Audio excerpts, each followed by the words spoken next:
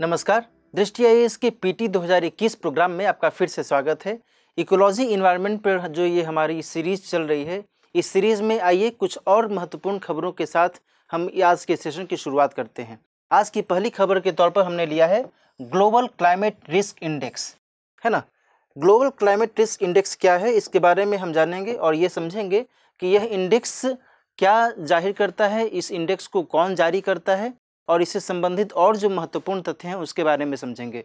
Global climate risk index 2021 को जो ये इस रिपोर्ट को जारी किया गया है, यहाँ आप समझ सकते हैं कि यह रिपोर्ट किस चीज़ पर फोकस कर रही है, क्लाइमेट रिस्क पर फोकस कर रही है, यानी कि जलवायु के जोखिम पर इस रिपोर्ट का मेन फोकस है।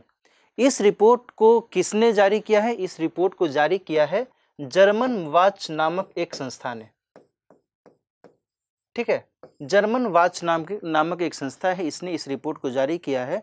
और ये यहाँ पर मैं आपको बता दूं कि यह भी एक संयुक्त राष्ट्र का कोई इकाई, कोई अंग नहीं है। पहले भी मैंने एक विश्लेषण के दौरान बताया था कि IUCN जो है वह यूएन का अंग नहीं है, यूएन का कोई बॉडी नहीं है। उसी तरीके से जर्मन वॉच भी यूएन का कोई बॉडी नहीं है, यह एक इंडिपेंडेंट इकाई है, इंडिपेंडेंट ऑर्गेनाइजेशन के तौर पर यह काम करता है, ये आपको जानना चाहिए। इस रिपोर्ट में क्या कहा गया है? इस रिपोर्ट में कहा गया है कि 10 सबसे प्रभावित देशों में 8 निर्धन देश हैं। किस चीज़ से प्रभावित? तो क्लाइमेट रिस्क से प्रभावित, है ना। दुनिया भर में 2000 से लेकर के 2019 तक का एक आंकड़ा जारी किया गया था। उस आंकड़े के हिसाब से यदि देखा जाए तो 10 सबसे प्रभावित देशों में क्लाइमेट रिस्क से जो भी ऐसे देश प्रभावित हुए हैं दुनिया भर में, उनमें से 8 जो हैं वो निर्धन देश हैं।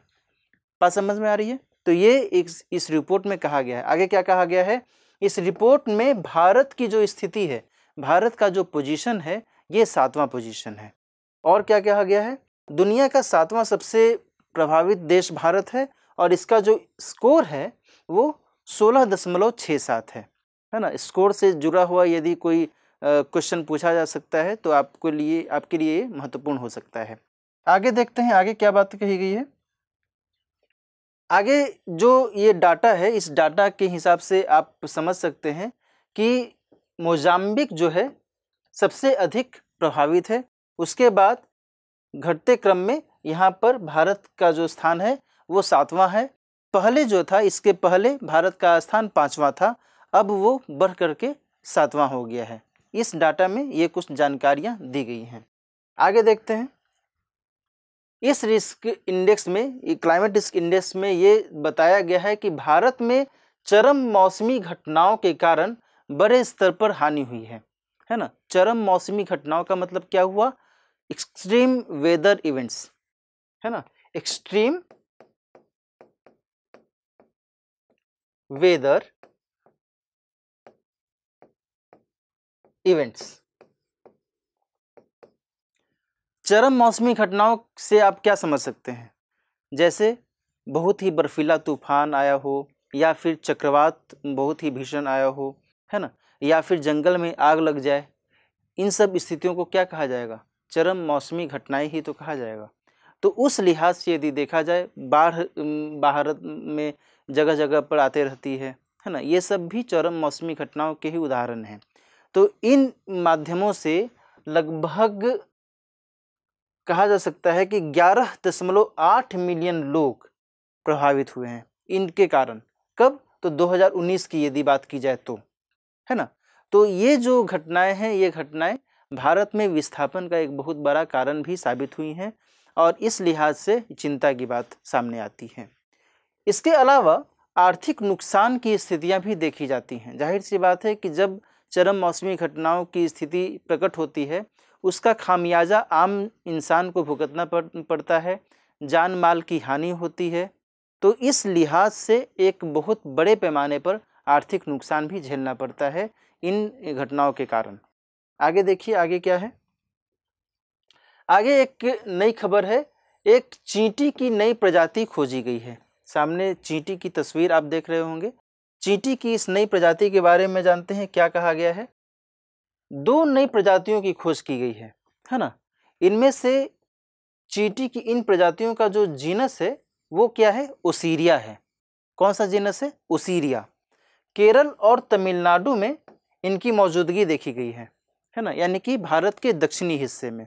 आप इस तरीके से समझ सकते हैं मैप के थ्रू, यदि मैं आपको बताऊं तो एक इधर केरल और एक इधर तमिलनाडु, ठीक है। यहाँ पर इन दोनों प्रजातियों की मौजूदगी पाई गई है, इससे आपको याद रखने में आसानी हो सकती है। आगे देखते हैं, 2 में से एक की खोज पेरियार टाइगर रिजर्व में की गई है। पेरियार टाइगर रिजर्व कहाँ है? केरल में ही है ना। तो इस हिसाब से आपको याद रखा जा सकता है। इसका नाम क्या है? ओसीरिया जोसाई। इसका नाम क्या रखा गया है? ओसीरिया जोसाई। एक प्रोफेसर हैं अमिताभ जोशी, उनके नाम पर इसका नाम ओसीरिया जोसाई रखा गया है। वो एक बायोलॉजिस्ट हैं, उन्हीं के नाम पर इसका नाम रखा गया है। चींटी की एक ही जीनस की 2 प्रजातियां एंटेना सेगमेंट की संख्या के आधार पर अलग होती हैं। ये आपको बहुत ही महत्वपूर्ण है आपके लिए। ये आपके लिए महत्वपूर्ण है कि चींटी की 2 प्रजातियां जो है उनमें भिन्नता कैसे पता चल सकती है। उनमें भिन्नता पता लगाने के लिए जो उनमें एंटीना सेगमेंट होता है, उस एंटीना सेगमेंट से उनमें भिन्नता पता लगाई जा सकती है। आगे देखते हैं, इस जीनस की 14 प्रजातियां हैं, है ना। ओसीरिया जीनस की कितनी प्रजातियां हैं? तो 14 प्रजातियां हैं। इनमें 8 प्रजातियां 9 एंटीना सेगमेंट वाली हैं, ठीक है, जबकि 5 के पास 11 सेगमेंट्स वाले एंटीना होते हैं, ठीक है। यहाँ तक आपको समझ में आ रही है बात कि एंटीना सेगमेंट से एक ही जीनस की अलग अलग प्रजातियों को हम डिफरेंशिएट कर सकते हैं चींटी के मामले में। शोध में ओसीरिया प्रजाति के पास 10 एंटीना सेगमेंट होने का दावा किया गया है, ठीक है। तो ये आपके लिए महत्वपूर्ण हो सकता है। यहाँ पर देखिए, इसकी एक इमेज भी है, जो चींटी के जो एंटीना होता है, ये एंटीना का ही तस्वीर है, ठीक है। अब चूंकि हमने पेरियार टाइगर रिजर्व की बात की केरल में, तो केरल में जो महत्वपूर्ण टाइगर रिजर्व्स हैं उनके बारे में और थोड़ा सा जान लीजिए। एक पराम्बिकुलम वाइल्ड लाइफ सेंचुरी है, ये भी एक टाइगर रिजर्व के तौर पर जाना जाता है, केरल की बात हो रही है। और दूसरा पेरियार वाइल्ड लाइफ सेंचुरी, जिसके बारे में हमने आपको बताया ही। आगे देखते हैं, एक प्रश्न आया था यूपीएससी 2020 में, यानी लास्ट ईयर ही यह प्रश्न आया था। प्रश्न क्या था कि भारत की जैव विविधता के संदर्भ में Ceylon frogmouth, coppersmith barbet, grey chinned minivet और व्हाइट थ्रॉटेड रेडस्टॉट क्या हैं? पक्षी, प्राइमेट, सरीसृप या फिर उभयचर। तो इस तरीके से, चूंकि यह उस समय चर्चा में ये इस बारे में रहा होगा, ये है ना, उस लिहाज से प्रश्न बन गया। इसका उत्तर है पक्षी, ठीक है। ये सभी पक्षी के ही नाम हैं। तो अभी जो मैंने चींटी की प्रजाति के बारे में बताया कि ओसीरिया जोसाई, इसके बारे में भी हो सकता है कि प्रश्न बना दे। मैं ये नहीं कहूँगा कि यही प्रश्न बनेगा, लेकिन ऐसी संभावना जताई जा सकती है। इस तरीके से जब सवाल पूछे जाते हैं तो ऐसी संभावना जताई जा सकती है, इसलिए हमने इसे खबर के तौर पर चुना है ना। तो आपको इस हिसाब से ध्यान में रखना होगा। आगे बात करते हैं, आगे क्लाइमेट एडेप्टेशन समिट के बारे में समझते हैं। क्लाइमेट एडेप्टेशन समिट 2021 का आयोजन किया गया है, ऑनलाइन कॉन्फ्रेंस हुआ था और नीदरलैंड की मेज़बानी में इसका आयोजन किया गया, है ना। क्लाइमेट एडेप्टेशन का मतलब क्या होता है, आप हल्का सा ये समझिए। एडेप्टेशन का मतलब क्या हुआ, हिंदी में क्या हुआ? एडेप्टेशन का मतलब अनुकूलन, किसी भी व्यवस्था के प्रति अनुकूलन। आप यदि एक ऑफिस में काम कर रहे हैं तो ऑफिस का जो वातावरण है, ऑफिस में किस तरीके से लोग आते हैं जाते हैं, लोग किस हिसाब से बातचीत करते हैं, है ना, किस हिसाब से वो एक दूसरे से व्यवहार करते हैं, तो उस हिसाब से आपको भी अपने आप को ढालना पड़ता है ना, अनुकूलित होना पड़ता है, एडेप्ट होना पड़ता है, ठीक है, ताकि आप ऑफिस के वातावरण के अनुसार सामंजस्य बना सके। तो यह है तो एक बहुत ही छोटा सा एग्जाम्पल हुआ। जब हम क्लाइमेट एडेप्टेशन की बात करते हैं तो इसे व्यापक तौर पर आप ऐसे समझ सकते हैं कि क्लाइमेट में परिवर्तन जिस हिसाब से हो रहा है, उस हिसाब से मनुष्य को भी उसके अनुसार एडेप्ट होना पड़ेगा, उसके हिसाब से ढालना पड़ेगा। और यह जो व्यवस्था है, इस व्यवस्था को क्लाइमेट एडेप्टेशन के ज़रिए जाना जा सकता है। आगे देखते हैं, तो जलवायु परिवर्तन के प्रभावों के अनुसार अनुकूलन के प्रयासों को गति और नवाचार देने की बात की जा रही है इसके तहत, जो मैंने अभी आपको एग्जाम्पल के तौर पर भी समझाया है। इसमें क्या कहा जा रहा है? जलवायु परिवर्तन के प्रभावों के अनुसार, चूँकि आप सभी को पता है, हम सभी को पता है कि क्लाइमेट चेंज दिनों दिन हो रहा है, कभी कुछ कभी कुछ कभी कुछ, इस तरीके से स्थितियाँ सामने आती हैं। कहीं पर अचानक से बाढ़ आ जाती है, कहीं पर अचानक से बर्फीला तूफान आ जाता है, कहीं पर अचानक से बालू का रेत का तूफान आ जाता है, कहीं पर अचानक से भारी वर्षा होती है जहाँ पर कभी सोचा भी नहीं गया था, है ना। तो ये जो स्थितियाँ पनपती हैं, कहीं पर बहुत अधिक गर्मी हो जाती है जहाँ पर कि ठंडा होना चाहिए था, है ना। तो ये जो स्थितियाँ हैं, ये स्थितियाँ क्लाइमेट परिवर्तन का प्रतीक हैं और इस हिसाब से जो अनुकूलन की स्थिति बनाई जानी चाहिए उस लिहाज से यहाँ पर चर्चा की गई है। आगे देखते हैं। एडेप्टेशन एक्शन एजेंडा की घोषणा की गई है इस समिट के माध्यम से। अनुकूलन का मतलब हुआ, जो मैंने आपको समझाया भी, अनुकूलन कार्यों को गति देने में निर्देश का काम करेगा, है ना। तो उस लिहाज से यह एक महत्वपूर्ण कदम साबित हो सकता है। 2030 तक का टारगेट दिया गया है क्लाइमेट रेजिलिएंट भविष्य हासिल करने का।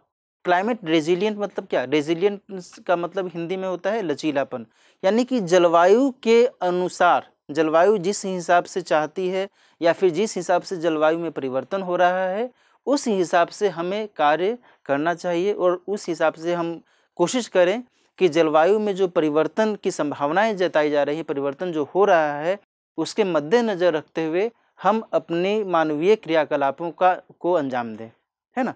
तो ये बहुत ही ज़रूरी है और इसके लिए 2030 तक का एक टारगेट रखा गया है। आगे देखते हैं इसमें और क्या बातें कही गई हैं। इसमें 1000 सिटीज़ अडेप्ट नाउ नाम एक कार्यक्रम अपनाया गया है। क्या नाम है? 1000 सिटीज़ अडेप्ट नाउ, है ना। इससे आप समझ सकते हैं कि 1000 शहरों को क्लाइमेट एडेप्टेशन के लिए तैयार करना है, उस लिहाज से इस पर काम करना है। हरित और पोस्ट कोविड रिकवरी पर भी जोर देने की बात की गई है इस समिट में। भारत की जहाँ तक बात है, भारत ने जब इसमें पार्टिसिपेशन लिया इस समिट में तो इसने कुछ महत्वपूर्ण बातें कही। उसमें पहली बात तो ये कही कि भारत 2030 तक 450 गीगावाट नवीकरणीय ऊर्जा क्षमता के लक्ष्य को पाने की बात कहता है। इसके प्रति भारत कमिटमेंट रखता है, प्रतिबद्ध है ना। कितना? 450 गीगावाट नवीकरणीय ऊर्जा यानी रिन्यूएबल एनर्जी के कॉन्टेक्स्ट में भारत ने अपनी ये प्रतिबद्धता जताई है। दूसरी बात क्या भारत ने कही है? हर साल लगभग 38 मिलियन टन कार्बन डाइऑक्साइड उत्सर्जन की बचत की बात भी भारत करता है, यानी कि इतना कार्बन डाइऑक्साइड उत्सर्जन को नहीं होने देगा। ठीक है। आगे इसमें क्या कहा गया है? इसमें एडेप्टेशन गैप रिपोर्ट भी जारी करने की बात हुई है। यूनेप के माध्यम से इस रिपोर्ट को जारी किया गया है ना। यूनेप यानी यूनाइटेड नेशंस एनवायरनमेंट प्रोग्राम, इस माध्यम से यह रिपोर्ट जारी की जाती है और यूनेप जो है वैश्विक पर्यावरण एजेंडा निर्धारित करने में बड़ी भूमिका निभाता है। इसका मुख्यालय कहाँ है? इसका मुख्यालय नैरोबी केन्या में है। आगे देखते हैं रेड पांडा, है ना। रेड पांडा एक जानवर है, भारत में यह पाया जाता है। इसको लेकर के एक खबर आई थी, इस पर बात करते हैं। इसके बारे में कुछ नई जानकारियां मिली हैं। भारत के हिसाब से देखा जाए तो भारत हिमालयन और चाइनीज रेड पांडा का स्थानिक है। स्थानिक का मतलब कि यहाँ पर ये जो जानवर है आसानी से इंडिजिनस से यहाँ पर पाया जाता है। 2020 तक रेड पांडा एक मोनोटाइपिक प्रजाति के तौर पर जाना जाता था। मोनोटाइपिक प्रजाति का मतलब क्या हुआ कि ऐसी प्रजाति जिसको उसके आगे उप प्रजाति में डिवाइड नहीं किया जा सकता है, सब स्पीसीज में डिवाइड नहीं किया जा सकता है, इसलिए इसे मोनोटाइपिक प्रजाति कहा जाता है। आगे देखते हैं आगे इसके बारे में क्या जानकारियां हैं। इसे IUCN में इंडेंजर्ड कैटेगरी में रखा गया है, यानी संकटापन्न कैटेगरी में रखा गया है। वाइल्ड लाइफ प्रोटेक्शन एक्ट 1972 के अनुसूची 1 में इसे शामिल किया गया है। ठीक है, यहाँ तक आप समझ सकते हैं। आगे क्या बात कही गई है? सिक्किम, पश्चिम बंगाल, मेघालय और अरुणाचल प्रदेश में इसकी उपस्थिति पाई जाती है। यदि मैं आपको एक रफ स्केच के जरिए दिखाने की कोशिश करूं तो यहाँ पर ये सिक्किम का इलाका मान लीजिए, ये सिक्किम है, ये मेघालय है, ये वेस्ट बंगाल और ये अरुणाचल प्रदेश। ठीक है ना। इन क्षेत्रों में रेड पांडा की उपस्थिति दर्ज की जाती है। सिक्किम, अरुणाचल प्रदेश, मेघालय और वेस्ट बंगाल, ये रफ स्केच है, इस पर मत आप सोचिएगा कि ये कैसा स्केच आपने बनाया है ना। ये रफ स्केच है, केवल आपको याद दिलाने के लिए ये आप बनाया गया है। आगे देखते हैं आगे क्या चीज़ें कही गई हैं। इसे सिक्किम का राज्य पशु माना जाता है, किसे? रेड पांडा को।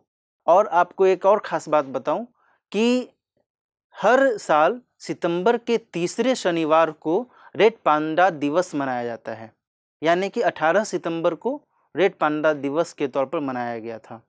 आगे देखते हैं, चूँकि 18 सितंबर इस बार शनिवार ही था, है ना। आगे देखते हैं, सिंगालीला नेशनल पार्क पश्चिम बंगाल में इसकी उपस्थिति पाई जाती है ना। अब आगे बात करते हैं, बायोमेडिकल वेस्ट यानी जैव चिकित्सीय कचरा। आप इमेजिन कर सकते हैं जैव चिकित्सीय कचरा के तौर पर क्या हो सकता है। यहाँ पर एक तस्वीर भी लगाई गई है आपको समझने के लिए। ये डस्टबिन है, इसमें कई सारे यूज्ड सिरिंज हैं। इसके अलावा ग्लोव्स जो यूज़ किया जाता है ऑपरेशन थिएटर में या फिर किसी और चिकित्सीय कार्य में, है ना। फिर जो कॉटन यूज़ करके फेंक दिया जाता है ना। कुछ भी ऐसे पदार्थ जो चिकित्सा के क्षेत्र में उपयोग में लाए जाते हैं जो कि यूजलेस हो जाते हैं बाद में, तो ये क्या है, बायोमेडिकल वेस्ट के तौर पर इन्हें जाना जाता है। आइए देखते हैं इसमें क्या कुछ बातें कही गई हैं। जैव चिकित्सीय अपशिष्टों पर एनजीटी यानी राष्ट्रीय हरित न्यायाधिकरण के कुछ निर्देश आए हैं। उस निर्देश में क्या कहा गया है कि जैव चिकित्सीय अपशिष्ट प्रबंधन नियमों का पालन सुनिश्चित किया जाना चाहिए, ठीक है ना। ये जो है एनजीटी ने कहा है, जैव चिकित्सीय अपशिष्ट प्रबंधन इकाइयों को राज्य प्रदूषण नियंत्रण बोर्ड से स्वीकृति आवश्यक होनी चाहिए। किससे? तो राज्य प्रदूषण नियंत्रण बोर्ड से इसकी स्वीकृति मिलनी चाहिए। आगे क्या कहा गया है, बायोमेडिकल वेस्ट मैनेजमेंट रूल्स 2016 की बात इसमें नज़र आती है। यह जो रूल है, इस रूल में क्या कुछ कहा गया है, इसमें कहा गया है कि जो भी जैव चिकित्सीय जो भी वेस्ट होते हैं, वैसे उपकरण जिनका अब कोई इस्तेमाल नहीं है, कचरा अब वो हो गए हैं, उनसे जुड़ा हुआ यह नियम है। इसमें मोटे तौर पर आपको मैं बताऊं तो इनको इकट्ठा किया जाता है, इनको अलग अलग किया जाता है, सेग्रीगेट किया जाता है, इनकी प्रोसेसिंग होती है और इनको फिर बाद में डिस्पोज भी किया जाता है।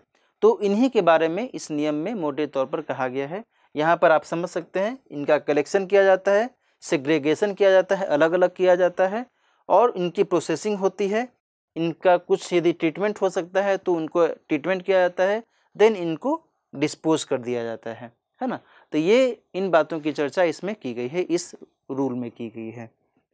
आगे देखते हैं, अब हम बात करते हैं डिक्लाइनिंग वर्ल्ड इंसेक्ट पॉपुलेशन, है ना। यानी कि दुनिया भर में कीटों की आबादी में गिरावट के संकेत मिले हैं। यह भी एक महत्वपूर्ण खबर के तौर पर सामने आई है। दुनिया भर में कीटों की आबादी खतरनाक दर से कम हो रही है, यह एक चिंता का विषय है। इसका कारण क्या बताया जा रहा है? इसके कई सारे कारण हैं। एक तो क्लाइमेट चेंज इसका कारण बताया जा रहा है, पेस्टिसाइड्स का इस्तेमाल, इंसेक्टिसाइड्स का इस्तेमाल किया जाता है, शाकनाशी, लाइट पॉल्यूशन, है ना। लाइट पॉल्यूशन भी एक बहुत बड़ा कारक है कीटों की आबादी को कम करने में। इसके अलावा आक्रामक प्रजातियों एवं कृषि और भूमि उपयोग में जो बदलाव हो रहे हैं दैनंदिन तौर पर, दिन प्रतिदिन के हिसाब से, तो यह भी कारण है कीटों की आबादी को कम करने में। आगे बात करते हैं, आगे क्या है, कीटों के महत्व की चर्चा भी यहाँ पर की गई है। कीटों का महत्व क्यों है ना। आपको ऐसे तो लगता है कि हाँ ये चींटी है या फिर यह मधुमक्खी है, मच्छर है, मक्खी है, लेकिन इनकी उपयोगिता हमारे इकोसिस्टम के हिसाब से भी नज़रअंदाज नहीं होनी चाहिए। दूसरा यहाँ पर देखना होगा कि दुनिया की खाद्य आपूर्ति में इनका सहयोग रहता है किसी न किसी रूप में। इसके अलावा परागन के जरिए फूलों के उत्पादन में भी जो कीट होते हैं वो मदद करते हैं। मैं आपको उदाहरण के तौर पर बताना चाहूँगा कि मधुमक्खी हुए या फिर तितलियाँ हुई, ये सब क्या करते हैं, परागन में मदद करते हैं। परागन का मतलब क्या हुआ, पॉलिनेशन, है ना। तो पौधों के पुरुष भाग से पौधे के मादा भाग में पराग कणों का जो हस्तांतरण होता है, यह जो व्यवस्था होती है, जो प्रक्रिया होती है, उसी को परागन कहते हैं। और इसमें किसकी बड़ी भूमिका होती है, तितलियों की भूमिका होती है, मधुमक्खियों की भूमिका होती है है ना। यदि ये कीट पतंग यदि समाप्त होने लगेंगे तो ऐसे में क्या होगा, ऐसे में जो एक इकोसिस्टम है, जो एक एस्टेब्लिश्ड इकोसिस्टम है, उस पर जो है दिक्कत सामने आने लगेगी। आगे देखते हैं आगे क्या है। अब हम बात करते हैं आगे आइसबर्ग A68A के बारे में। ये है क्या, आइसबर्ग नाम से आप समझ सकते हैं कि एक बर्फ की बहुत बड़ी सिल्ली आप समझ सकते हैं, बहुत बड़ी चट्टान के तौर पर आप इसे समझ सकते हैं। यह इसकी तस्वीर दी गई है। जॉर्जिया जो कि दक्षिण अटलांटिक महासागर में एक द्वीप के तौर पर है, वहाँ पर आइसबर्ग A68A के खिसकने की बात की जा रही है। उस तरफ ये जो आइसबर्ग है खिसक रहा है। आइए समझते हैं इस खबर के बारे में। दक्षिण जॉर्जिया द्वीप की तरफ ये आइसबर्ग A68A खिसक रहा है ना। तो पहली बात तो आपको ये नोट करनी है कि A68A क्या है, एक आइसबर्ग है। ठीक है, ये किधर खिसक रहा है, तो दक्षिण अटलांटिक महासागर में जॉर्जिया द्वीप की तरफ इसकी खिसकने की बात सामने आई है। द्वीप के वन्य जीवन पर प्रतिकूल प्रभाव पड़ने की आशंका इससे जताई जा रही है। हुआ क्या है कि जुलाई 2017 में अंटार्कटिका के लार्सन सी आइस शेल्फ से यह अलग हो गया था और उसके बाद जो है ये खिसकते खिसकते और टूटते टूटते इस तरीके से इस तरफ बढ़ रहा है ना। एक बहुत बड़ा जो आइस शेल्फ है लार्सन सी, कहाँ पर, अंटार्कटिक में, उसमें एक टूटन हुआ। टूटन होने के बाद वो धीरे धीरे करके और टूटता गया और ये जो आइसबर्ग A68A है यह अपने आप में सबसे बड़ा है। आगे बढ़ने पर इससे छोटे छोटे हिमखंड अलग होते गए, जिसके बाद बचे हुए बड़े हिस्से को A68A नाम दिया गया है ना। तो इस तरीके से यह खबर बहुत ही महत्वपूर्ण हो जाती है। आगे देखते हैं, इस द्वीप पर मौजूद स्थानीय वन्यजीवों को इससे खतरा हो सकता है ना। वहाँ उस द्वीप पर जो भी जीव जंतु रहते हैं उनके लिए यह बहुत बड़ा खतरा साबित हो सकता है।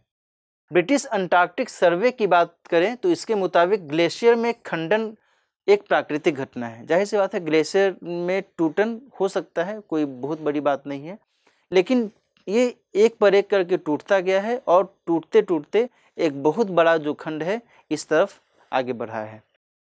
इसका जलवायु परिवर्तन से कोई संबंध नहीं है, इस सर्वे का ये कहना है ना। आगे देखते हैं। अब हम बात करते हैं टाइगर रेडियो कॉलर इन सुंदरबन, है ना। सुंदरबन में टाइगर रेडियो कॉलर की बात की जा रही है। सुंदरबन कहाँ है, भारत के पश्चिम बंगाल में है ना। सुंदरबन टाइगर रिजर्व में बाघों को रेडियो कॉलर लगाने की पहल की जा रही है। ठीक है, कि बाघों को रेडियो कॉलर लगाएंगे और उससे उनको हम मॉनिटर कर सकते हैं।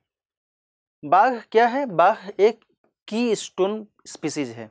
टाइगर एक की स्टोन स्पीसीज है। की स्टोन मतलब क्या, कि एक ऐसी प्रजाति जो पूरे पारिस्थितिक तंत्र के कार्य व्यवस्था को मेंटेन करने में बड़ी भूमिका निभाती है। वह प्रजाति, इसके साथ साथ खाद्य श्रृंखला में भी इसकी बहुत बड़ी भूमिका होती है ना।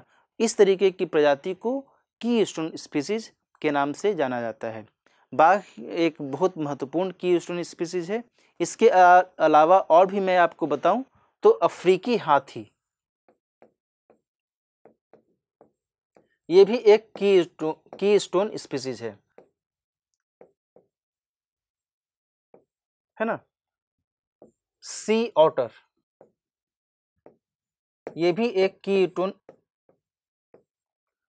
की स्टोन स्पीसीज है। ठीक है, तो ये सब कुछ उदाहरण है की स्टोन स्पीसीज के।